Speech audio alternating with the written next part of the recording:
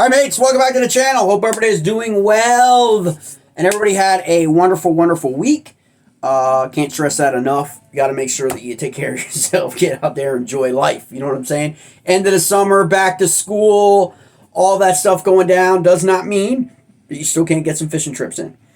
Okay, so today we're going to talk about Upper Chesapeake Bay, Upper Bay, okay, otherwise known as the Susquehanna Flats, for a lot of people that only seem to fish there. But really quickly, I want to thank everyone, each and every one of you, who has taken time out of their day to watch these videos.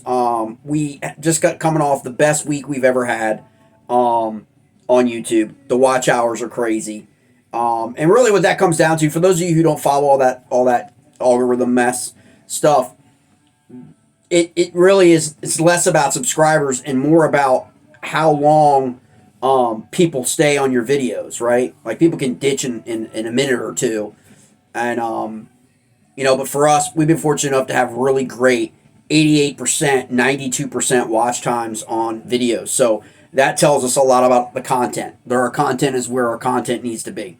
And I got some other people coming on. This is what happens when your YouTube channel, if you're out there and you don't want to get on YouTube. I've been on YouTube for non-endemic, okay, to fishing for years in the cryptocurrency space, and had channels and had, you know, in the 50s and 60s and all that, 1,000 people and tons of all that stuff. It really comes down to like how long you can keep people engaged in your content. And so if you're out there, if you're in the fishing segment, if you're out there, maybe you're pro staff for in the industry, or you want a pro staff for non-endemics, you know, a lot of that you want to report back to those folks is your watch time. People, how long people are, and whether you can move them into a product. That's really the big thing, whether it's fishing industry or non-endemic. It's how many people can, you know, with your authenticity, how many people can you move to trying their product? I mean, in essence. Or, you know, or if you're working with tourism, ecotourism, and like we're about ready to do with some entities to drive tourism to places. And so it's going to be really, really great. We're going to kick this off here in the fall. We're going to have a brewery sponsor. We'll have a, you know, travel, ecotourism sponsors. Obviously, fishing, you know, fishing is what it is. You know how competitive that is. All of you guys out there watching these videos, you know how competitive in the economy and all of that stuff is for just the fishing side. But a lot of people miss that opportunity to go to the non-endemic side and grab some of that, because everything that you do on the water, I mean, that's what people a lot of times forget about in terms of their content, really. And it's interesting, is like everything you do before you get to the water. I mean, you're from rigging, from your truck, from your trailer, to your travel, to what non-endemic, non-fishing related products that you have in your rig out, in your setup, in your truck that you need, that you use and you utilize. For me, I do a lot of floating. I do a lot of camping on the river. I do a lot of stuff, and that's where you find out where products like the Rugged Road products, their coolers, their soft cooler bags, tents, different things that you'll see, you know, different little tools that aren't fishing related, but they're like from a sportsman guide, right? All that stuff you'll find on my Facebook page, and all that is all about, you know, getting people familiar with brands, okay? And so we're going to do a lot more of that. We're going to have a lot more coming, dropping in October, so it's going to be awesome. We're going to have rods to give away. We're going to have baits to give away. Speaking of baits, custom bait box, okay? B5 custom tackle, B5 baits. That's going to launch. We're going to do a bunch of giveaways for that. That's a custom bait box where every bait in your box is a custom bait. Okay? I mean, and it is made by some of the best bait makers we have in this country that are artists that you basically will have an opportunity to then contact, create relationship with, have them do special baits for you to elevate your game. That's what it's about. Not going to find these baits on the big box store aisles, mates. Okay, these are some great baits. You've seen a lot of them on my Facebook page. All right, we're going to keep doing it. We're going to keep doing that stuff and doubling down on that. Once we get that box starts coming out, we'll do the box reveals. People will be able to order. We'll do giveaways and all that stuff. Now, Our live stream will be sponsored live stream. Will be going to TikTok, not YouTube, okay? So again, JL Scott Fishing, you can find that on Instagram, you can find that on TikTok, and obviously YouTube, but YouTube's setup is different. So if we want to go in the Upper Bay and do some, got some pre-fishing going down, we can't do that live stream on YouTube because the way that's set up and the way their requirements are for you doing live feeds on YouTube are a lot more stringent than on TikTok. So we're going to do those on TikTok.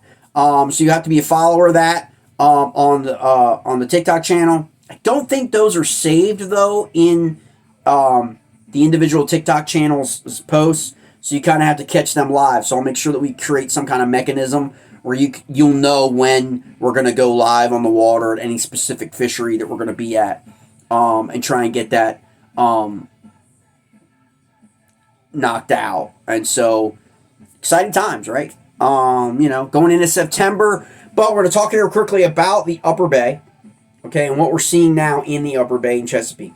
Late August, early September. The bite is a different bite than what you're ever going to find in the bay in the spring, okay? And so most of the bigger bags are taken in April and May in the Upper Bay. It becomes a different bite in September. So we want to make sure you're aware, when you're looking at that, maybe when you're looking at people's previous tournaments, for example, you've got BFLs that used to go, they didn't go this year, but you used to go to the Upper Bay, at least the Northeast, and that you've got to understand that bite is completely different than, say, a springtime tournament, okay, that they were out crushing it on the Susquehanna Flats in the spring, in the grass, right, as opposed to in September. And so these things all change a little bit, and so you've got to understand that dynamic, right, and know what's going to work in September may not be what would have ever worked in April or May. And those in Maryland, those of us in this way, understand that, And so you basically have that, the run to make, right, when you're on the Upper Bay. Now, kayaking's a little different. It's usually a put in, and usually you're going to be sitting on the Susquehanna Flats because unless you've got a trolling motor, there ain't no run you're making, okay? And that's probably why Hobie's never gone to the Upper Bay, okay, out of the Northeast, right? Because it locks you into just an area, and everybody would be 200 kayaks would be on the Susquehanna Flats, right?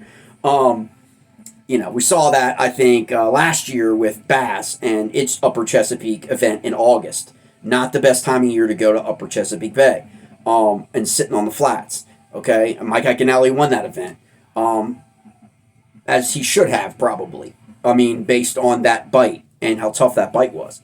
So you basically have your Susquehanna Flats and your Tribs, okay? And they're very different. So you've got docks. People are going to make long 20-minute, when I say long, 20, 30-minute runs in their bass rigs, okay?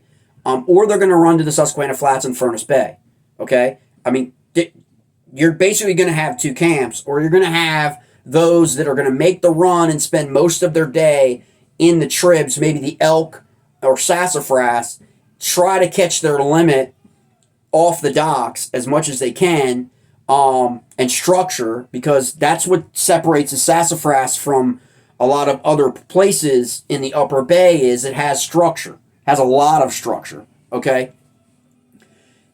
And if that's their strength, they're going to go towards that, okay? And then maybe come back on their way back to the ramp, which is in Northeast.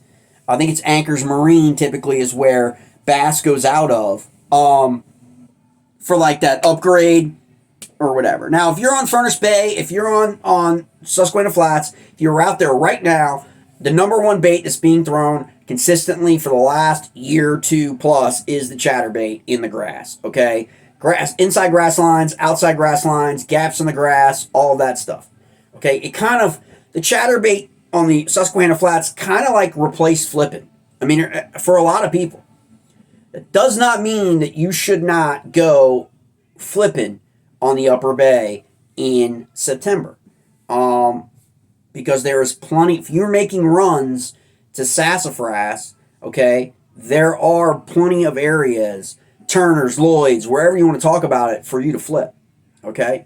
Or punch and flip and all that stuff. The mats are still going to be there. Now, Is the bite going to be as prolific as the spring bite? That's always what happens. If you look at prior tournaments, you'll see August, September's bite drops, okay? Usually in April, May, you get a bite that is 17 to 20 pounds. There was one event that was 23 pounds. 17 to 20 pounds, okay? On the low and the mid-range, and that 23 is a higher range bite, okay? But then in August, September, it drops to 17, 18, okay? And, we all know the reasons for that. But so much is predicated on what we're going to see in the coming weeks change in the Upper Bay. Will we get any significant rainfall in the next 2 weeks? Right? The rivers are down. Like Susquehanna's at lower levels than, haven't gotten a lot of rain. The feeders are low. So that flow coming into the bay, cubic feet per, is not nearly as much as it typically is. Okay? So that can affect things. A 95 degree September day is going to affect things, right? Usually we see some cooling off around after Labor Day, but man, the weather this year's been wonky. So you don't really know what you're going to get, okay? So a couple baits for the Upper Bay. Obviously, don't really need to cover the Susquehanna Flats as much. I think everyone who watches this channel knows, cover that enough. You know that the chatterbait, that in the grass, that you basically are going to work all kinds of rigs, okay? With this watermelon candy, green pumpkin, some black and blue is going to be prolific, a prolific color, that's going down. And then, people are going to be flipping. Okay, they're going to be flipping mats in the tribs. They're going to be flipping grass lines. They're going to be flipping docks. They're going to be flipping all. That's just that's the bite. Okay, and so you can't get away from that if you're not throwing chatterbaits. Okay, it's just an upper bay tactic that you would need to learn if you're going to be competitive on that fishery, because that's a significant bite. That and the chatterbait are significant bites. Now, for me, in terms of the Northeast and the sassafras, for me, it's always been a jig bite. And it's just a confidence thing for me. I grew up fishing the James River, Upper Potomac, James River. I'm just a jig guy. And after that, finesse. So, but most guys now are power guys. And so they're gonna burn shit. That's just what's gonna happen. 90 degrees outside, they're gonna be burning top water in the early morning, they're gonna be flipping docks, they're gonna be chatterbait, you're gonna be letting that chatterbait's gonna be all over the water column. It's just the way we've seen. If you're ever there on the tournament day, if you ever look on the decks of all the rods laid out, virtually 90% of all the rods have multiple chatterbaits tied on. And that doesn't matter whether you're on the Upper Bay or the Potomac, okay, in these parts. Every tournament that rolls in, Smallwood, Anchors, does not matter, okay? Leesylvania, doesn't matter. You see it all the time. It's the same. People start out with that chatterbait. Now, that chatterbait is not on, okay, and is not going. What's the backup plan, right? For me, I've always had success on the Upper Bay with crankbaits. Smaller size crankbaits, doesn't matter what time of year. Spring, summer, or fall. Okay, for me. And so there could be a crankbait bite going down, and, that's something that you got to gauge in that pre-fishing period. People have to gauge in that pre-fishing period or going into that particular day. But I want to talk about one little thing that I think has definitely been, it's not unique, okay? It's been around for a while. I just don't think enough people put it in their arsenal for whatever reason. I think there's this knock. It's a lot like food. There are some people who just do not like fusion food. They do not like when people mix things. They don't like Tex-Mex, okay? They like Mexican, or they don't like Texas style, right? But they don't like Tex-Mex, okay? It's the same in fishing. There are people who don't like it when things get fused. Two different styles come together. There are a lot of people who just, for some reason, don't. It's not in their comfort zone. So what I'm going to show you here is something that I believe. The more people I talk to, the more people we get these baits in their hands, the more they experience, we get the feedback back from them. It's a significant change, okay? Because the action's different, okay, than normal. A lot of people don't throw them, and so there's not that whole being preconditioned, you know, in terms of the fish, in terms of the noise, in terms of the action for largemouth. And that is basically this bait right here, okay? And you can figure out any kind of pattern that you want, you know, for if you've got crawl, if you've got shad, or you've got any of that stuff in your specific fishery. The key here is the action, okay, and what this provides. Now, this obviously has the knock to it as well, and a lot of people don't like the fact that this bait only has the one treble, okay? Now, there are anglers I know that have swapped this treble to the front and placed this on the back, okay? It really is your preference. That changes the action considerably. And so I really think that people need to start adding this. This isn't something that's taking off. It's been around, okay? But you're not seeing this really like being pushed by a lot of professional anglers, and there's probably a reason for that, because really it's custom guys that are actually doing these, more so than your mass marketed baits, okay? And so if you think of the action of this in the water and the underspin and what it has going for it in terms of the vibration in the water column, okay, plus with the knock, all right? Now, for the Upper Bay specifically, I will tell you, anyone who wants to fish the Upper Bay, a tip from me, in my experience, is taking this, and they are available. If you have any trouble tracking them down, leave a comment in my video. Find me on Facebook, JL Scott Fishing, or TikTok, or whatever. Just shoot me a message, and we'll take care of you. I'll take care of you, and get you in the right spot. These also have, okay, the mechanism here on some of these that will allow you to screw them in, okay, to your soft plastic, okay? So for me, in the early morning, what I like to do is I like to take these and screw them in basically the butt of a frog, okay? And so I've got the two legs, and then I've got that spinner right here, just screwed in. I mean, you can use glue if you want, but I've never had any problem with it. And so that's sitting right at the back. And you obviously can change the size of that blade too. You can buy multiple sizes of this.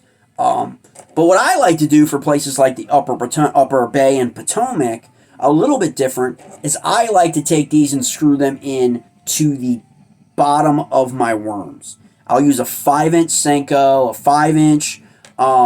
You can use a swim bait, and I'll put them in a swim bait, maybe a swimming swim bait, and it just creates more strikes, okay? And that's really it. I mean, it's like just a little bit different than what those fish are normally seen.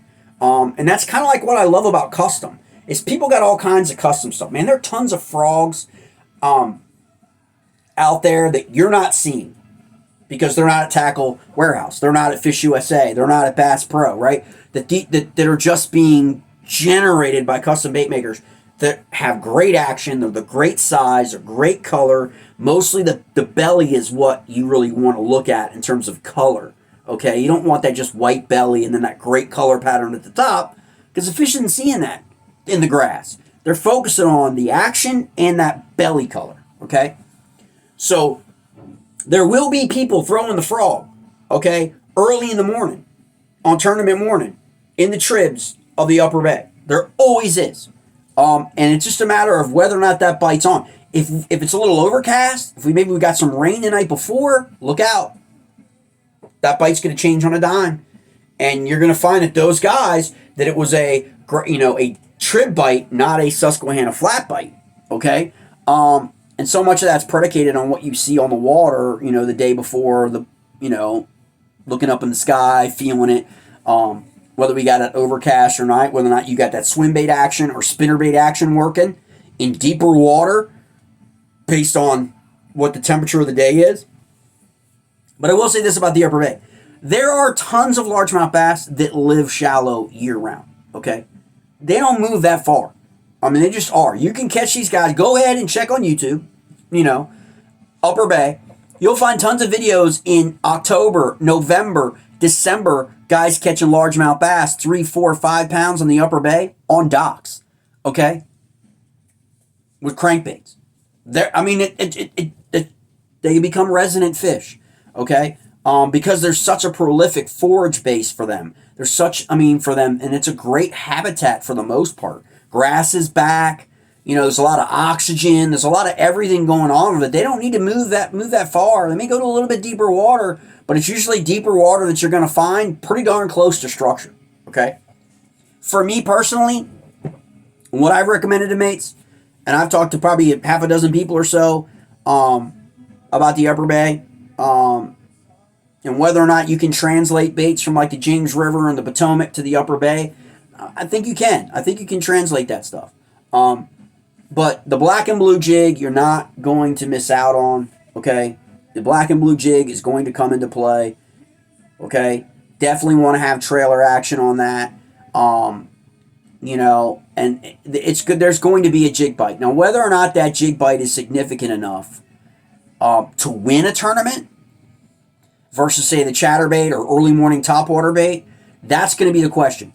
I will say this. Doesn't matter whether you go with a standard black and blue. For me, I prefer to go the black and blue with some chartreuse hair in it, so it's like a hair jig with standard jig. Again, black and blue trailer. I love this. You also can go with change things completely up, depending on what you find, in pre-fishing a lot of times events. When I do the Upper Potomac and I do the Susquehanna, if I find in pre-fishing, or if I find when I'm going up there to just kind of scout around before I may be going out with a bunch of people and taking some people new to a spot, if I see crawl, okay, and I don't mean by crawl, even if I'm wading fishing a lot, if I'm stepping and I'm seeing crawl moving all about, then I'm going to change it up to this. I'm going to change it up to a crawl color from black and blue, okay, and give that a go, okay, because they're there, and that's a significant forage species, okay, and that's just some options there for me, whether or not you want to go swim jig, flipping jig, all that is really up to some people's comfort zones. Now, for me, my experience on the Upper Bay, mostly co-angling, is you want to go with that finesse, and I would do that. I would do the finesse again, adding a little bit of variety to it, screwing that in. I would do the drop shot, okay? If you're in the back of the boat on the Upper Bay, if they're covering that water, so much is always dependent upon your relationship with the boater. When you go out with your mate, it's completely different than when you go out with a guy straight up stranger. I mean, more or less. Unless he's one of the top guys and you just know him and follow him and But if you're looking at 150, 200 anglers or whatever, boats going out. If you're going out to the flats, how he positions that boat, you may have to be fishing. You're always fishing, old water, used water, fished water a lot of times. But there's always that, what I've found in the Upper Bay, is there's always those one or two fish that aren't where you think they're going to be. And that often plays into the co-angler's advantage because of where he's positioned at.